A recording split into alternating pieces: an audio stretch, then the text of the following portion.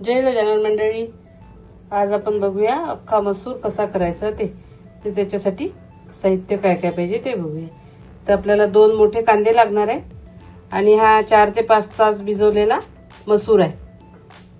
हा भिजवून ठेवायचा म्हणजे सॉफ्ट असा मऊ शिजतो.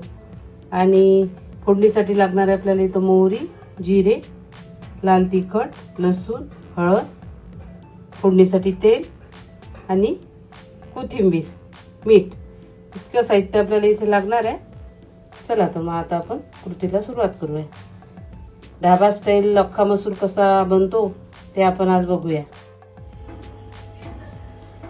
कुकरमध्ये मसूरच्या दीडपट पाणी घालायचं आणि त्याच्या शिट्ट्या करून घ्यायच्या.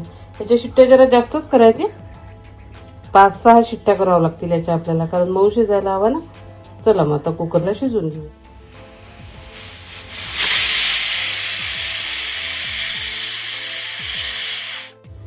आता आपण फोडणीची तयारी करूया. तर फोडणीसाठी लागेल आपल्याला इथे 1 चमचाभर तेल. तेलात थोडं जास्तच असते.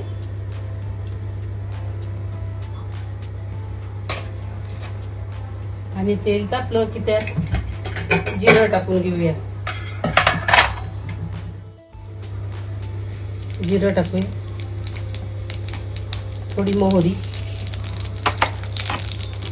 आणि आपण इथं 2 मोठे कांदे चिरून घेतलेले ते टाक.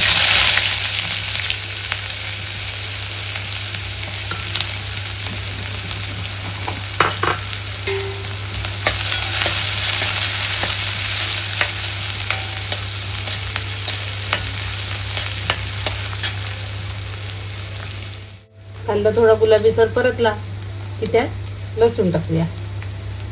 10-12 लसूणच्या पकड्या आपण बारीक करून घेतल्या खलबत्त्यामध्ये, त्या घालूया.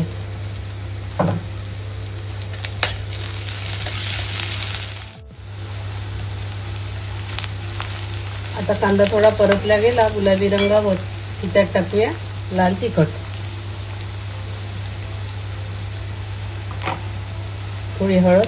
कोणी टोमॅटो पण टाकते, तर मला स्वतःला टोमॅटोची चव आवडत नाही म्हणून मी काही टाकले नाही. तुम्हाला आवडत असेल तर तुम्ही टाकू शकता. लाल तिखट आणि थोडा कांदा लसूण मसाला घालूया त्याच्यात आपण. आणि आता आपण कुकरला जे शिजवून घेतलाय अख्खा मसूर ते घालूया.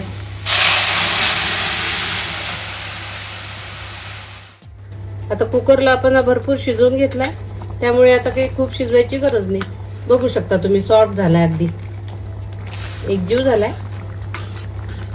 आता 1-2 उकळे येऊ द्यायचे आहे ना, झाला आपला अख्खा मसूर तयार. मीठ घालून घेऊया चवीप्रमाणे, तुम्हाला कितपत पाहिजे तर. आणि कोथिंबीर.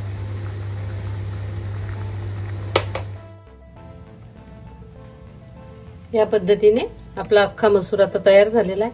बघू शकता तुम्ही, अगदी 5-6 शिट्ट्या काढल्या आपण, त्यामुळे एकदा मऊ शिजला येतो आणि एकजीव झालाय.